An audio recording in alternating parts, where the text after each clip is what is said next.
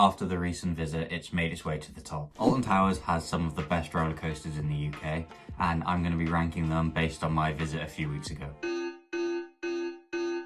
Starting off with number 8.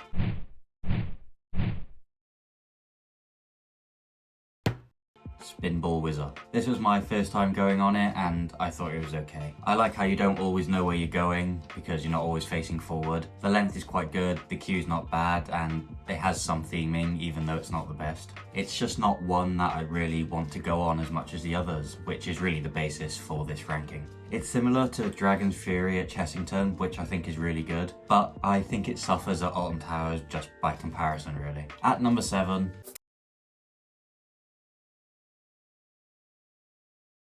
Oblivion. Definitely the scariest one. I don't mind the queue scenery, but it seems to go on forever. I like the anticipation, which is the best bit, and the drop is really good, but then that's it. Even though it's good, ultimately it is just one drop, which is over really quick, and not really as good after you've been on it once. It kind of seems unfair to compare it to roller coasters because it's not designed to have all the other stuff. It's almost like a drop tower, but that's why it gets the number 7 spot. Number 6. Runaway Mine Train. The choo-choo thing always makes me laugh, and it does actually go quite fast.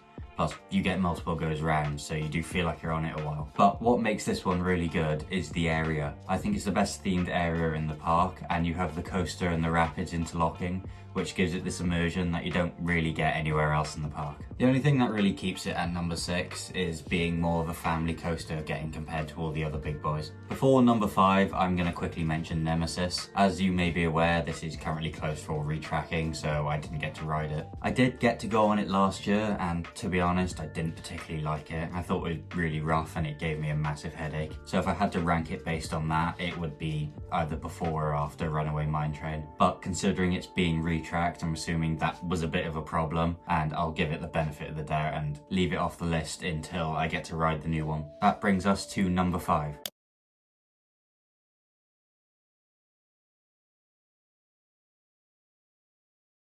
The Smiler. I can see why people like this, I can see why they don't, but there's one thing I think we could all agree on. It's got the worst queue. Standing in a metal box listening to the Smiler music on repeat definitely gives it the top spot. Otherwise, it's a good coaster. I like the drop at the start, getting you straight into the action. It's got 2 lifts, which make it feel really long and like it's 2 coasters put together. There are some good drops and loops, but for me, it's just too much, and this year it did just feel a bit rough. I prefer the coasters that glide around a bit more rather than just throw you around, so that's why this one only gets the number 5 spot. Number 4. Rita. The main thing is the launch. I like the anticipation you get, followed by the gut wrench into airtime as you go around the track. It goes very fast and is much more of a glide around rather than a throw around. The length is quite good, it's not too long, not too short. I'd say the queue's a bit boring and I'm not really a fan of the theming, but it is one that I definitely enjoy going on. Number 3.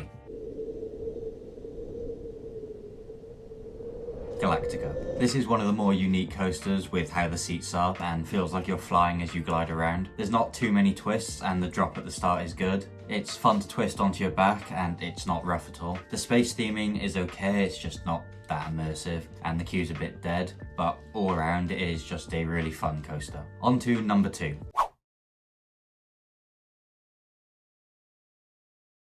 13.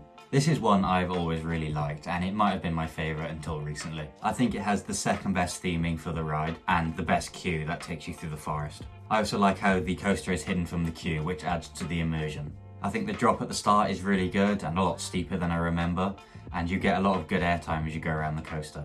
Then the best bit. The drop track followed by the backwards launch is one of my favourite parts of the whole park, and I still think it's good even if you know it's coming. To give it some negatives, it is a bit short and there is this annoying spark thing at the end of the queue, but really not that much bad to say. That brings us to the final spot.